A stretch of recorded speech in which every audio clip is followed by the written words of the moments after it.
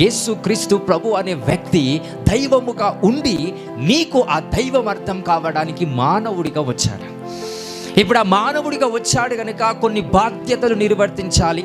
కుటుంబం పరంగా, ఆరోగ్యపరముగా, సొసైటీ పరముగా, అన్ని రంగాలలో బాధ్యతలతో పాటు దైవ నిర్ణయము, దైవ చిత్తము జరిగేలాగా యేసుక్రీస్తు ప్రభు కష్టపడే వ్యక్తి అని.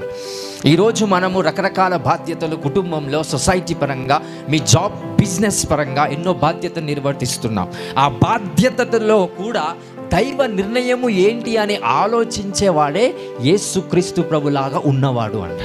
So not every work is for you. Some time you need to understand the will of the father. తండ్రి యొక్క చిత్తము ఏమై ఉన్నదో పసికట్టగల వాడే యేసుక్రీస్తుని పర్ఫెక్ట్గా అనుసరించగలిగే శక్తి కలిగిన వాడు. హల్లెలూయా.